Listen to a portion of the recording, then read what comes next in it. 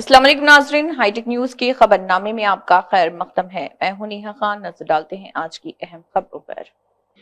Rajendra Nagar Ambedkar circle में 5:30 बजे कश्मीर पहलगाम हमले की मुखालिफत में एक कैंडल लाइट रैली का इनेकाद किया गया, जो 2 दिन पहले हुआ था। इस प्रोग्राम में तमाम सियासी जमातों और मुख्तलिफ ज़ात-पात के लीडरान आए और शहीद होने वाले हिंदुस्तानी शहरियों को खराज अकीदत पेश किया। इस प्रोग्राम में हर शहरी ने शिरकत की। जिन लोगों ने इस प्रोग्राम का एहतमाम किया वो वारी ललित, गोडुगु, संजीवा, पामबाला, राजू, मधुला, श्रीकांत, रिपुला कुमार, महेश्वरी, अनीता, ज्योति और दीगर मौजूद।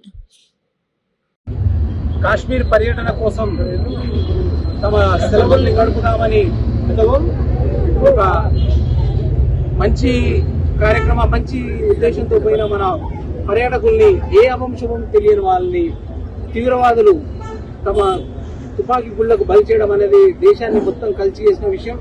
కాకపోతే ఇక్కడ మనం గమనించాల్సింది ఏంటంటే, ఎవరైనా సరే సమస్యలు ఉంటే శాంతిపూర్వకంగా చర్చల ద్వారా సమస్యను పరిష్కరించే ప్రయత్నం చేస్తాం. కానీ ఇప్పుడు మనం తెలంగాణ సాధించుకున్నాం. తెలంగాణ కూడా ఏం చేసాము, మనం మన నిరసన తెలిపాం. మన యొక్క ఏదైనా సరే చర్చల ద్వారా కానీ దాన్ని సాధించుకున్నాం. అంతేగాని ఎదుటి వాళ్ళని చంపి, అది కూడా మతం పేరు మీదను వేరే ఒక ఉద్దేశాలతోనూ అలాంటి ఒక దుశ్చర్యలకు పాల్పడడం అనేది చాలా హేయమైన చర్య. ఇది తిరిగి పంతలు చేసే చర్య.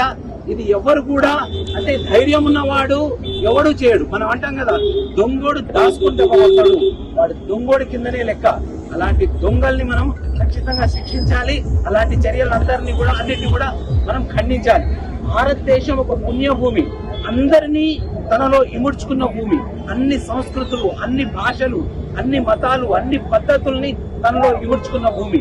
అలాంటి భారత భూమిలో ఇలాంటి దుశ్చర్యలకు పాల్పడడం అనేది ఎలా అంటే, తమకు ఆశ్రయం ఇచ్చి వాళ్ళని పెంచి పోషించి వాళ్ళందరినీ చూసిన తల్లి రొమ్ము కుద్దడం లాంటిది అనమాట. ఈ దేశం నుంచి ఆ రోజు పాకిస్తాన్ ఒక మత ప్రాతిపదిక విడిపోయింది. మత ప్రాతిపదిక మీద కానీ, కులం ప్రాతిపదిక కానీ, ఇంకేదైనా ద్వేషాన్ని గనక ఏనాడైతే రెచ్చగొడతారో ఎప్పటికి కూడా ఆ జాతి నిలవజాలదు. అందుకే పాకిస్తాన్ విడిపోయిన తర్వాత మళ్ళీ అది 2గా విడిపోయింది. ఈరోజు పాకిస్తాన్ పరిస్థితి ఏంటి? 4 దేశాలుగా విడిపోవడానికి సిద్ధంగా ఉంది పాకిస్తాన్. పంజాబ్, సింధ్, బలూచిస్తాన్, మళ్ళీ పఖ్తూన్ ఖైబూన్, ఈ 4 దేశాలుగా విడిపోవడానికి సిద్ధంగా ఉంది. సో దాన్ని ఎలా ఇది చేసుకోవాలనే ఉద్దేశంతో పాకిస్తాన్ వాళ్ళు చేసిన ముష్కరుల దాడి ఇది ఒక పిరికి పందల చర్య. దీన్ని మనం అందరము ఖండిస్తున్నాం.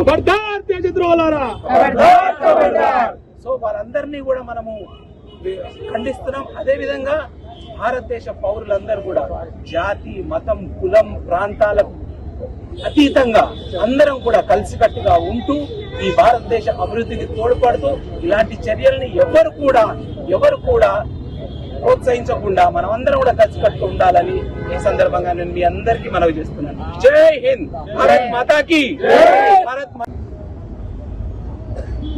కాశ్మీర్ లో జరిగిన టెర్రరిస్ట్ అటాక్ లో టూరిస్టులు చాలా మంది చనిపోవడం జరిగింది.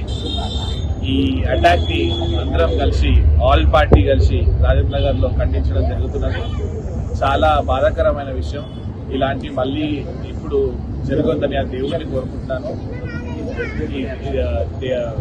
మోదీ గారిని కూడా సెక్యూరిటీ అక్కడ తెలిసింది ఏంటంటే బాగా ఆర్మీ లేదు అది కాశ్మీర్ లో అని తెలుస్తున్నది.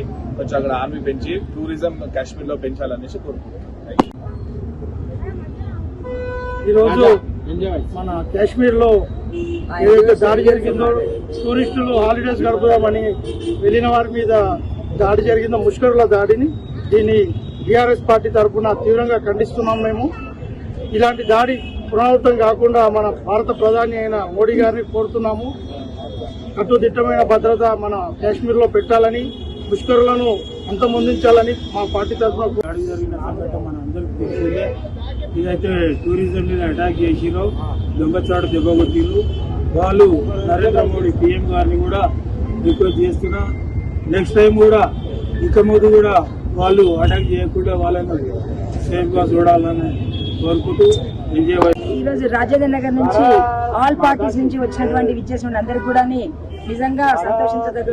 అంటే అక్కడ జరిగినటువంటి దానికి మేము అందరం కూడా ఏకీభవించి ముందుకు వచ్చినందుకు చాలా మందికి ధన్యవాదాలు తెలుపుకుంటున్నాను.